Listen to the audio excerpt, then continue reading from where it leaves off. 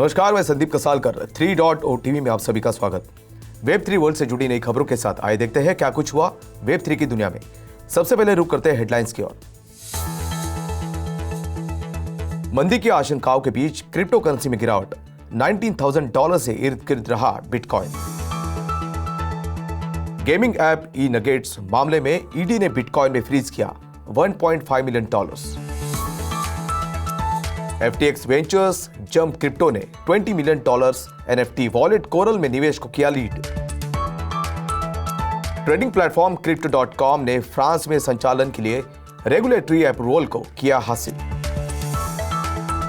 High SEC ने watch trading के दावों के साथ क्रिप्टो एक्सचेंज बिटकप को किया टारगेट।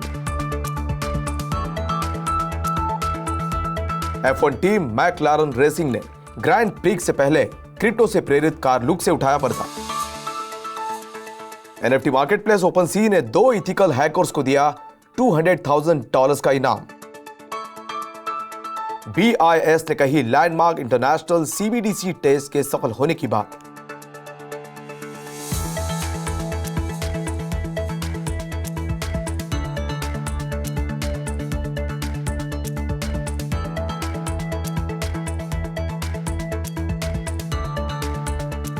अब देखते हैं खबरें विस्तार से। क्रिप्टो करेंसीज को बुधवार को नीचे जाते हुए देखा गया, जो बोरोइंग कॉस्ट पर चढ़ने से प्रभावित हुई, जिसने ग्लोबल रिसेशन के डर को बढ़ा दिया, जिससे इन्वेस्टर्स को अमेरिकी डॉलर जैसी सेफ हेवन एसेट्स में पनाह लेने के लिए मजबूर होना पड़ा। ऐसे में बिटकॉइन को $19,000 के करीब उतार चढ़ाव करते हुए देखा गया। बैंक ऑफ इंग्लैंड ने कहा कि यूएस स्टॉक्स ने शुरुआती ट्रेड में मिक्स ट्रेड किया। यह अस्थायी रूप से लंबे समय तक चलाने वाले यूके गवर्नमेंट के बॉन्ड को खरीदेगा। ग्लोबली इक्विटी में गिरावट आई क्योंकि दुनिया भर के सेंट्रल बैंक्स ने पिछले हफ्ते इंटरेस्ट रेट्स बढ़ाई और बढ़ती इन्फ्लेशन पर काबू पाने के लिए एडिशनल कदम उठाने की कसम खाई। इन सब के बीच बिटकॉइन ने हाल ही में पिछले 24 घंटों में नियरली 6% नीचे जाते हुए अराउंड $19,090 पर ट्रेड करते हुए देखा गया, जबकि ETH को उसी समय के दौरान 6.3% से ज्यादा की गिरावट के साथ अराउंड $1,305 पर ट्रेड करते हुए देखा गया।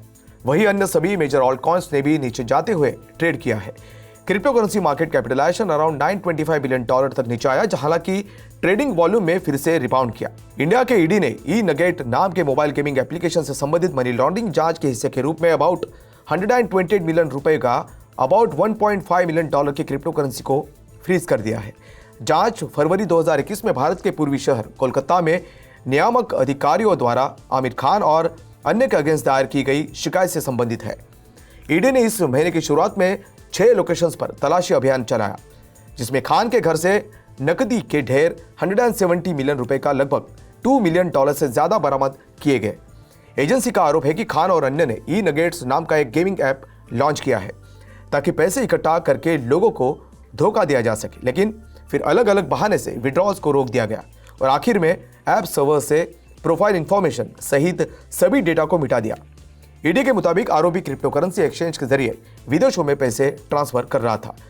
माना जाता है कि एक डमी अकाउंट भारतीय एक्सचेंज वज़ीरेक्स पर खोला गया था, जहां से खरीदी गई क्रिप्टो को फिर बाइनेंस के एक अकाउंट में ट्रांसफर कर दिया गया था।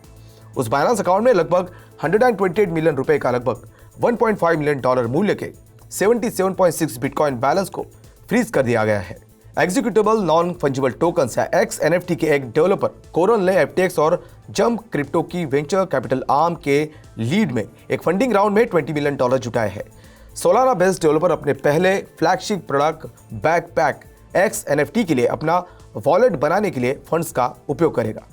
एग्जीक्यूटेबल NFT ओनर्स को टोकनाइज कंप्यूटर कोड जारी करने या ऑन बोर्डिंग को आसान बनाने के लिए एक इंपॉर्टेंट सॉल्यूशन के लिए एक एप्लीकेशन लॉन्च करने का राइट देता है। सोलाना के लगभग 10 सबसे बड़े प्रोजेक्ट्स में से ही बैकपैक की XNFT टेक्नोलॉजी का उपयोग करके डेवलपमेंट में प्रोजेक्ट्स है।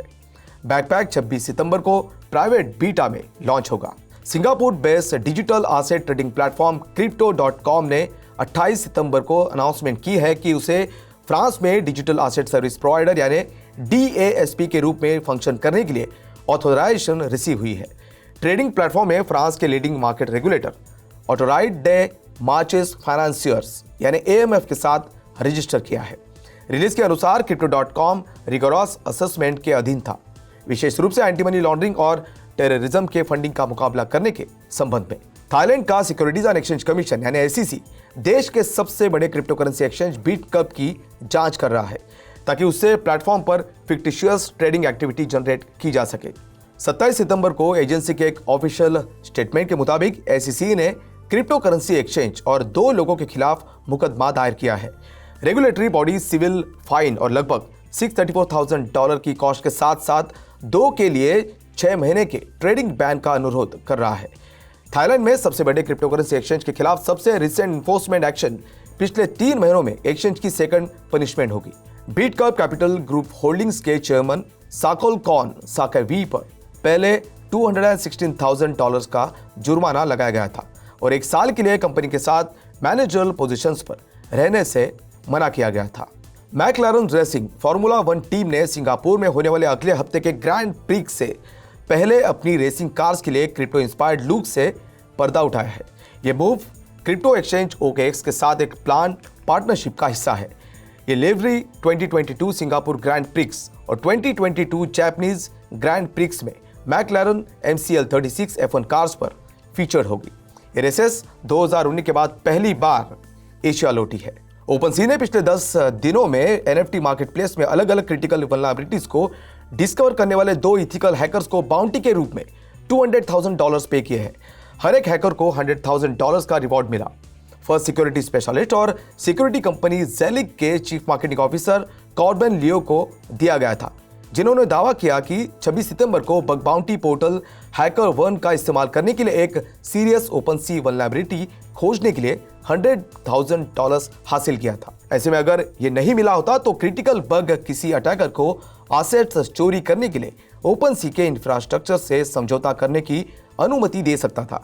एक अलग एनोनिमस व्हाइट हैक हैकर निक्स ने दावा किया कि ओपनसी ने 19 सितंबर को एक अलग सीरियस वल्नरेबिलिटी की रिपोर्ट करने के लिए उन्हें $100,000 पे किया है।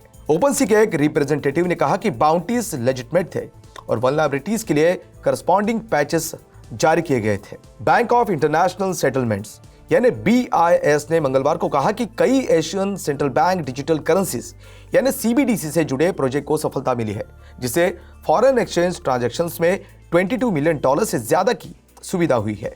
BIS ने लिंक्डइन पोस्ट में कहा कि ट्रायल, जिसे अपनी तरह के पहले के रूप में डिस्क्राइब किया गया है, ये एक custom built distributed laser technology platform का उपयोग करता है जो चाइना, हांगकांग, थाईलैंड और UAE के सेंट्रल बैंक्स द्वारा सपोर्टेड है और 23 सितंबर इसे कंप्लीट किया गया था।